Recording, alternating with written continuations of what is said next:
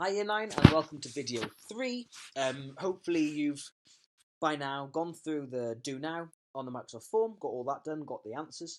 You've gone through video 2 and you've watched me do an analysis timeline for the extract that we did last week, and you've heard me pick out certain bits of the extract and make sure that we know exactly what each bit's doing, so you'll know how to hear it. And now we're on to the main task of this lesson. So we're going to learn a little bit about a specific composer, so a composer check from the classical era. So I spoke to you about Mozart and I spoke to you about Beethoven, who were potentially the two biggest composers of the time. One of the lesser known top profile composers of the classical era, we're going to focus in on Antonio Salieri and his works. Okay, so a little bit of background knowledge for you about Salieri. That's what he looks like. He looks a little bit grumpy in that picture. I'm sure he laughed at some point. Born on the 18th of August in 1750 in Verona, so where Romeo and Juliet was set. He was appointed director of the Italian Opera at the age of 24. So he was a very, very talented musician who was recognised for it. And most of his works were operas, but he also composed some instrumental works. If you want to go and see any of his operas, have a little look on YouTube and listen to some stuff that he was doing.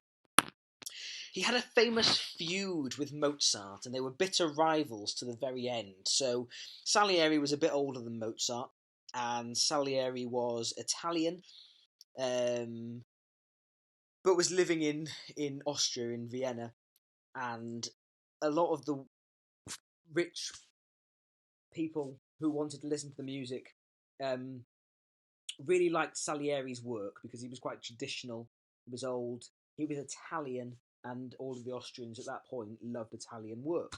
And Mozart, who was Austrian, didn't like that and hated Salieri purely because he was more famous than him.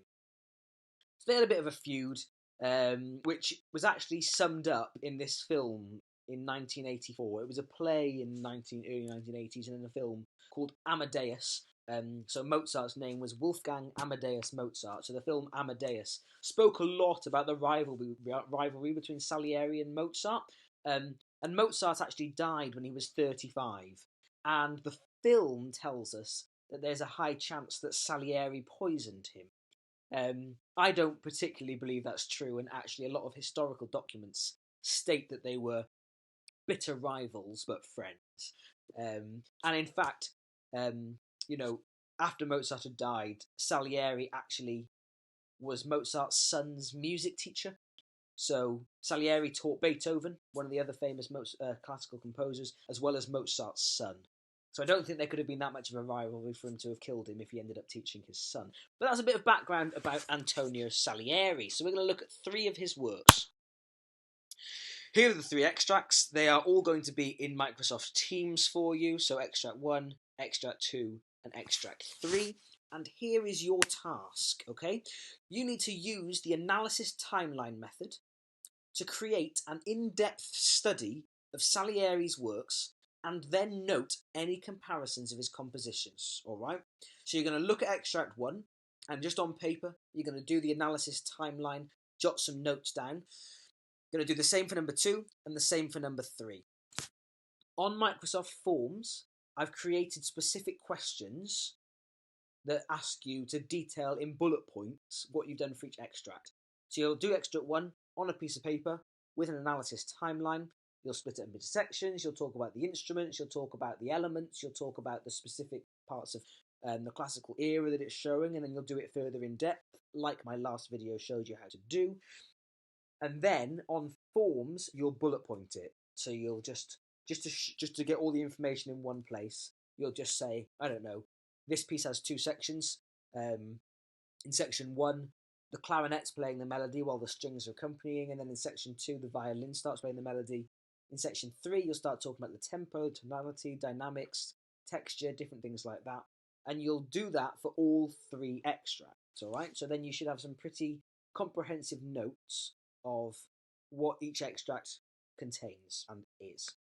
After that, you're going to create the final answer for me.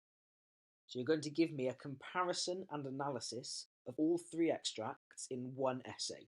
That essay should be 500 words in 4 paragraphs. 125 words on extract 1, 125 words on extract 2, 125 words on extract 3, and then 125 words comparing Salieri's 3 works. What type of a composer was he? Were there any comparisons? What was contrasting? How would you describe his compositions? All right. Like I just mentioned, I need you to structure it into 4 paragraphs so that when your teachers are reading your answers, we can say, right, there's the analysis of extract 1. I can tell from their analysis timeline notes that they've got it all. Can they put it into a paragraph that's 125 words? Can they write like they'll have to in an exam for the examiner to understand them? So I want the first paragraph, extract 1. Second paragraph, extract 2. Third paragraph, extract 3. And as soon as you've done those 3, you're then going to bring a comparison together for the last 125 words. That last point, number 3, ensure your answers remain musical, is really key. Because what I don't want is 500 words taken from Wikipedia about Antonio Salieri's history. I don't want to know in this answer that him and Mozart had a feud. I don't want to know what year he was born. I don't want to know what the name of his son was. I don't want to know that he liked beans on toast.